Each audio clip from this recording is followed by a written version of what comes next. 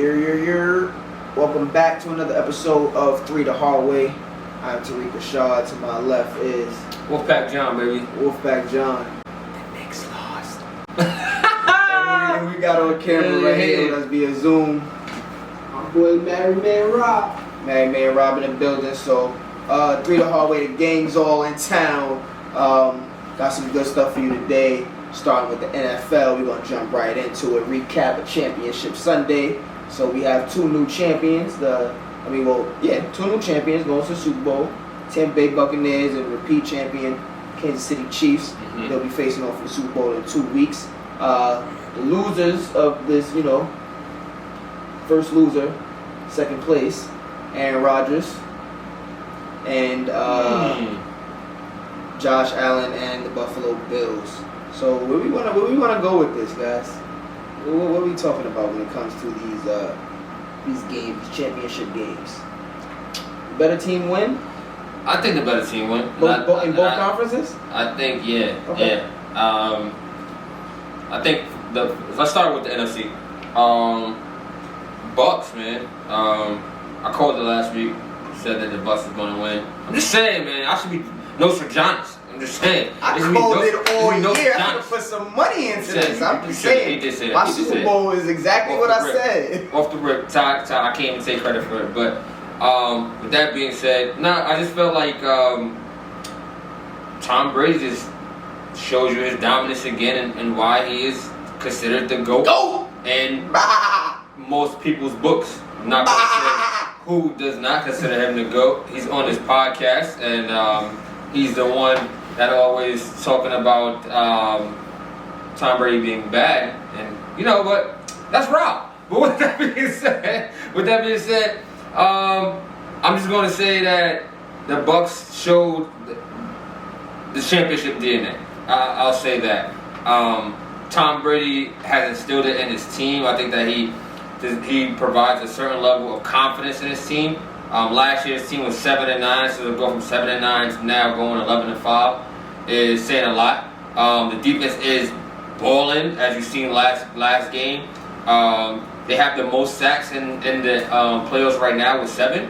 So it seems dope. Tom Brady's playing with extreme confidence. I think that he got these guys clicking on all cylinders, and it's going to be an interesting game against him and the GOAT.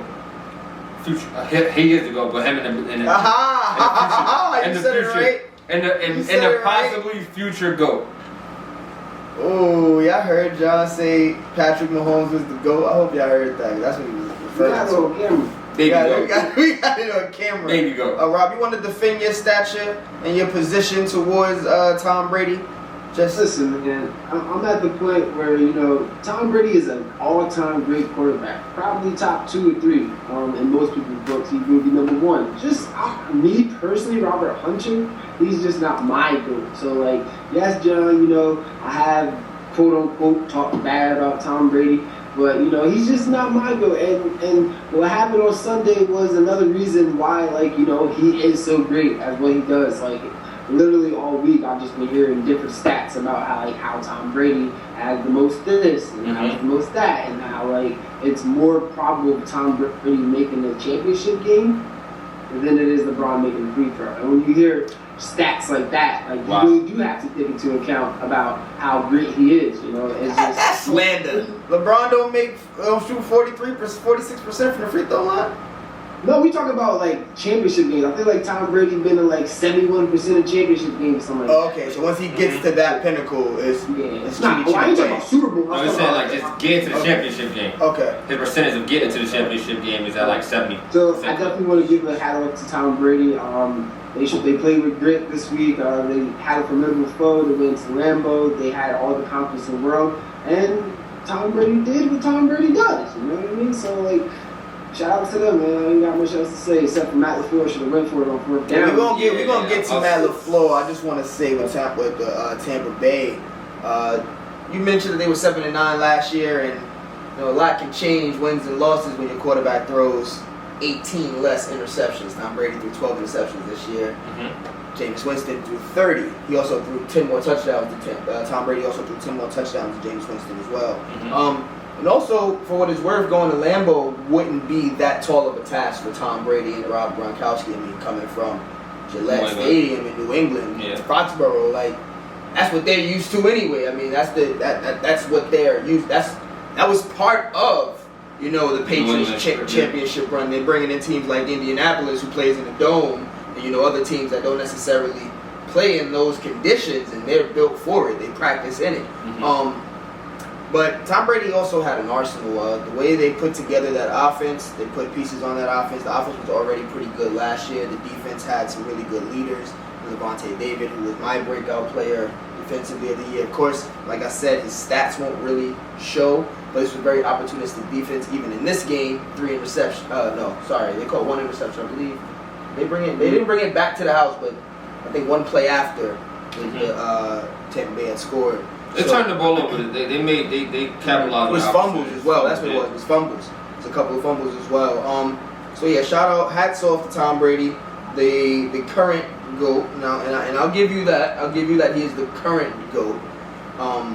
And over to Matt LaFleur and Aaron Rodgers, and I heard you guys say Matt LaFleur, and I've seen some damning video that makes me say Aaron Rodgers. So who are we actually placing the fault on in the 4th and goal situational call to kick the field goal and give the ball back to Tom Brady, where he essentially never let Aaron Rodgers get it back? For me, it's simple. On 4th and goal, that's Matt LaFleur. You don't, or Stephen A. says Matt LaFleur. But shout out to Stephen A. In first take. But yeah, man, you can't take the ball out your MVP-esque quarterback's hands, man. You have to give him the opportunity to at least complete a pass, or at least say that he failed. You know what I mean? Like, he didn't put the ball in the end zone. You don't kick a field goal and take the essentially winning spirit. You just deflated your whole team offense. At that point, at that moment in the game, especially with a clicking, Tom Brady wasn't even clicking at that time. He threw 3 interceptions in the second half. So if you're rolling like that, bro, then you gotta give it to that man, Aaron Rodgers, who is arguably the MVP of the season this year. You put the ball in the guy who you trust the most and who is a Hall of Fame caliber player, bro. I feel like Matt LaFleur, he blew that opportunity, and ultimately that's what cost him the game at that moment. Rob, what's your take on it? Yeah, I'm same with John. I'm definitely putting the blame on Matt LaFleur. I like to believe as a competitor, any quarterback is going to want to go for it in that situation, especially like it's a chance to get to the Super Bowl. They're going to want to have that responsibility on them. It's what you pay them the big bucks for. And it's just simply bad coaching, man. Like, you're literally hoping that your defense gets a stop in 2 minutes, because if they don't, the game's over. And here we are talking about it right now. So, like, I think in that situation, you gotta at least give your guys a chance, even if they get the touchdown and they don't get the 2. At least you can say, all right, we're down by a field goal now. You know what I mean? So, but it's just I just don't understand that coach call. I'm gonna say it. I'm not gonna say it. Aaron Rodgers is. I understand. The question was 4th and goal. Right. Aaron Rodgers is one of the best quarterbacks to me to play the game. I think he's better than Drew Brees. We'll probably get into that conversation a little bit later. But I think he made the most damning call on 3rd and goal. Now let's be clear here. This is not 3rd and goal from the 3, the 4, the inside the 5. This is 3rd and goal from the 9. So that means that if it's and goal, you haven't, and you're on the 9-yard line, you haven't moved the ball 1st or 2nd down. Now here comes 3rd down, and we have the footage, we have the video of Aaron Rodgers with daylight in front of him. There is no one, the closest person to him is at least on the hash line for the end zone, where he can take off and run the ball. He doesn't. Now, I've seen Aaron Rodgers make that run into the end zone. I think he could have scored on that play. You're talking about a competitor. You're talking about one of the best ever. You don't want to hand the ball back to Brady, excuse me. That was his opportunity. He didn't do that. Even if he doesn't get into the end zone, let's say Aaron Rodgers is slew foot and old, or maybe he was cold or hurt or whatever the case may have been, and he couldn't make it into the end zone. He at least makes it to the 4, the 5. That allows him that allows Matt LaFleur to have a way easier play call. But if you're telling me that you didn't move the ball on first, second, and third down, and we're down 8. It's not like the Cleveland game where we're down 5 or 7. I forget what the exact number was, but Cleveland essentially could have given the ball back to them, given up a field goal, and still been down 1 score. I think they were down 5, and they went for the field goal. They're down 8. If they do give a field goal up, the game's over anyway. So at least I put myself in a position where if I was to give him a big play, they kick a field goal. It wasn't like it was only 2 minutes left on the clock. I believe it was about 4 with some timeouts. No, it was like 2 minutes left on the clock. It was 2:08. Yeah. Sheesh. I hear ya. But at the same time, I feel like Aaron Rodgers put him in a really bad predicament, and he had the opportunity to make a play, maybe not the scoring play, but to definitely put them in a way better position. Let me ask you this, Tom. Devontae Adams was locked up most of the game. He wasn't open on third down when he threw it to him. Where's the blame for Aaron Rodgers? You feel me? There's definitely blame for Aaron Rodgers in that third down. He definitely could have ran it in, and for whatever reason, it didn't happen. Mm-hmm. Right? So with that being said, Aaron Rodgers should take the blame for not, taking advantage of that opportunity. However, how many times have we seen Aaron Rodgers make some crazy play out of nothing? When things don't look good, we see him do that. You have to trust this man, bro. This is a Hail Mary Aaron Rodgers that throw 50 yards down the field to nobody in the back of the end zone. This is the run it out, shuffle pass Aaron Rodgers, bro. So with that being said, you don't take the ball especially out of a man who has shown that he is clutch and is proven to do these things and has risen to the occasion multiple times. You have to grant him that opportunity in that moment to shut up, to put up or shut up. And Matt LaFleur stole that from him. Okay. My last take is touchdown wins game, man. You don't win game by kicking field goal. That's the situation. You definitely got to go for 6. All right, let's move over to the AFC where the Chiefs huffed and puffed, and although it looked like Buffalo was going to be able to withstand it in the beginning, the Chiefs blew their house down and then blew it up until it became a UFC match, or it looked like a Royal Rumble, a 2-team Royal Rumble for the last 3.5 minutes of the game. Chiefs are going back to the Super Bowl. What about sentiments of Buffalo? Buffalo has a bright future. For it to be the first season with Josh Allen and Stefon Diggs playing together and they clicking like that now, I can see them getting even more better. They definitely need a running game. They need somebody that can be in the backfield, that can actually gain those short yardage downs, especially when you play against a team like the Chiefs, who you got Steve Spagnuolo, who's like, all right, y'all want to pass the ball? Fine. Give me the okay to blitz shot every single down. Mm-hmm. You know what I mean? And that's exactly what he likes to do. That's his game plan. I remember him being the Giants and how we game playing against Tom Brady. And it was just blitz after blitz after blitz, disguise. So I think that is going to be an area for growth for Buffalo. Their defense looked good. It's just, for me, it was more telling about the Chiefs. Like, for me, it shows me that the Chiefs have a gear that nobody else can get to. Like, at any point in the game, they can just flip the switch on and be like, look, try to stop me. Touchdown. Try to stop me. Touchdown. At one point, they went, they scored 38 points in the whole game, and then they had a 31-6. They scored 31 points to 6 points between the second and the third quarter. 31 points. And the opposing team scored 6. That is insane. Especially against a team who last week played against the Ravens and held the Ravens to 3 points. Mm-hmm. They just want another level. So with that being said, I think the Bills, they have a bright future, but the Chiefs are just playing on a different level right now. I would agree with you. The Chiefs, I seen one comment on Twitter that I thought kind of explained the Chiefs. They're the Death Star. They're an unstoppable force. Buffalo had a great season. They played as hard as they can. Nicole Hartman muffed the punt. Buffalo's up 9 9-zip early. But it's just really hard. And Josh Allen, I have to say, again, we're talking about being great. We're talking about going to the Super Bowl. We're talking so Aaron Rodgers, I said, I think he made a really bad decision. Not saying that takes away from his greatness.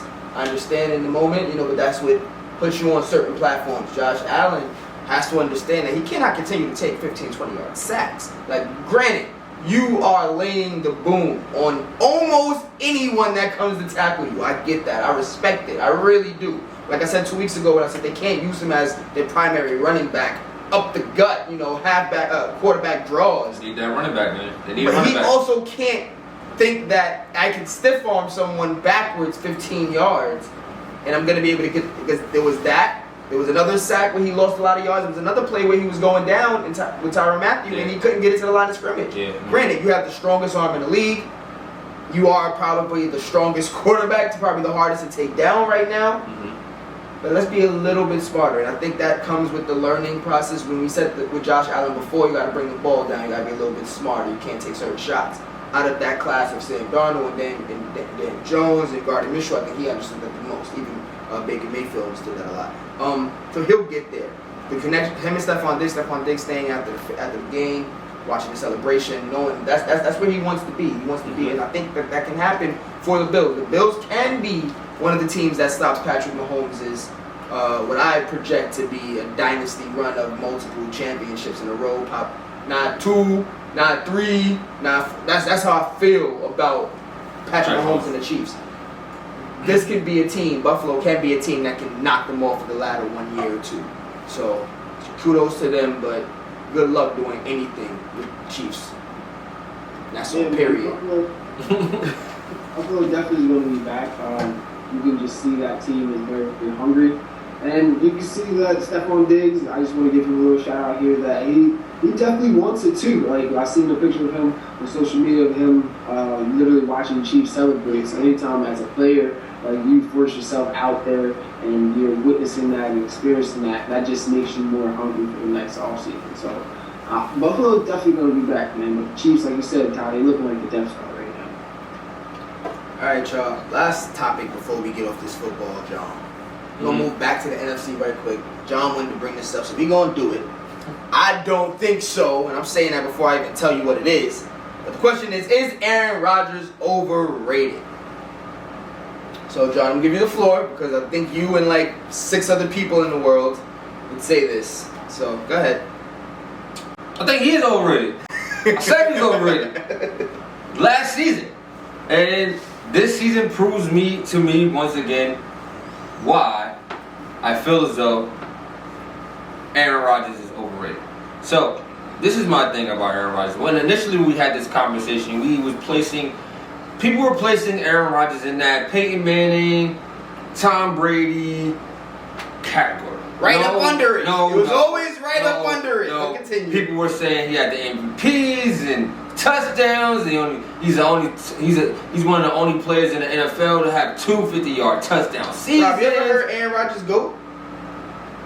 I heard him being one of the most talented quarterbacks. Okay. Go ahead.